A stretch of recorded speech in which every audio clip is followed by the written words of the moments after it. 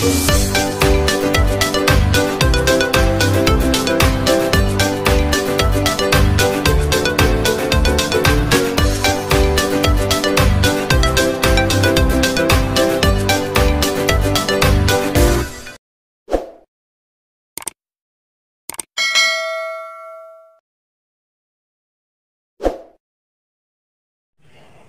assalamualaikum adik-adik kelas 3.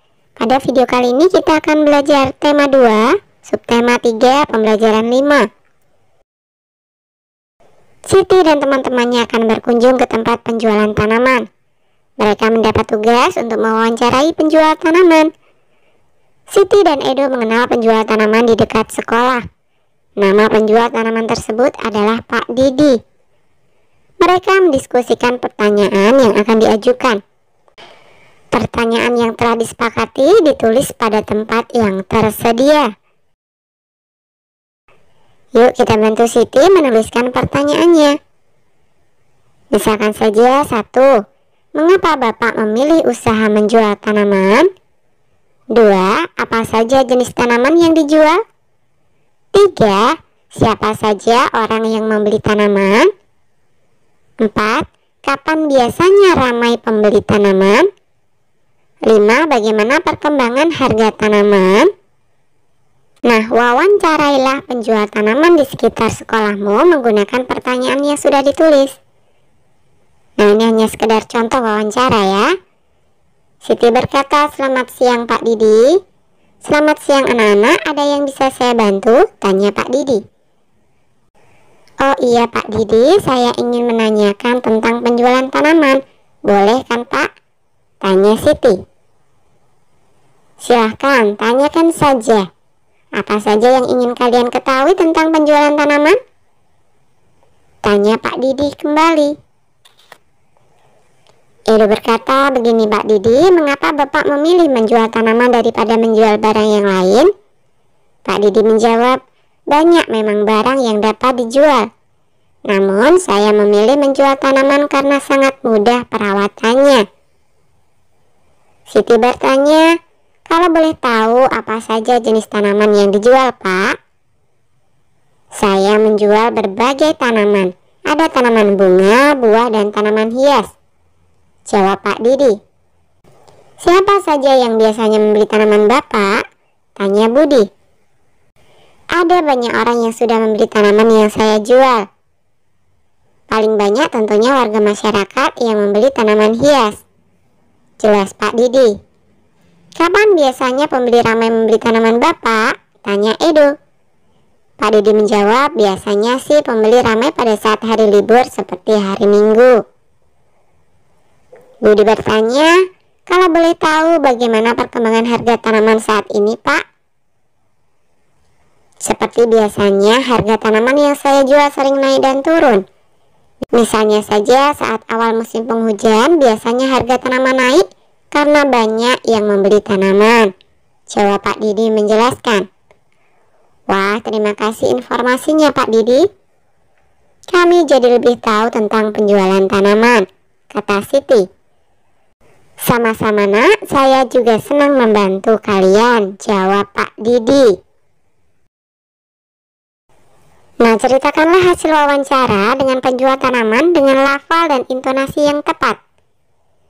Dari wawancara yang kami lakukan terhadap Pak Didi sebagai penjual tanaman, kami mengetahui bahwa beliau memilih menjual tanaman karena mudah perawatannya. Pak Didi menjual berbagai jenis tanaman, diantaranya adalah tanaman buah, bunga, dan tanaman hias. Tanaman hias merupakan tanaman yang paling banyak dibeli masyarakat. Pada saat hari libur atau hari Minggu, biasanya banyak yang membeli tanaman yang dijual Pak Didi. Menurut Pak Didi, harga tanaman sering naik turun.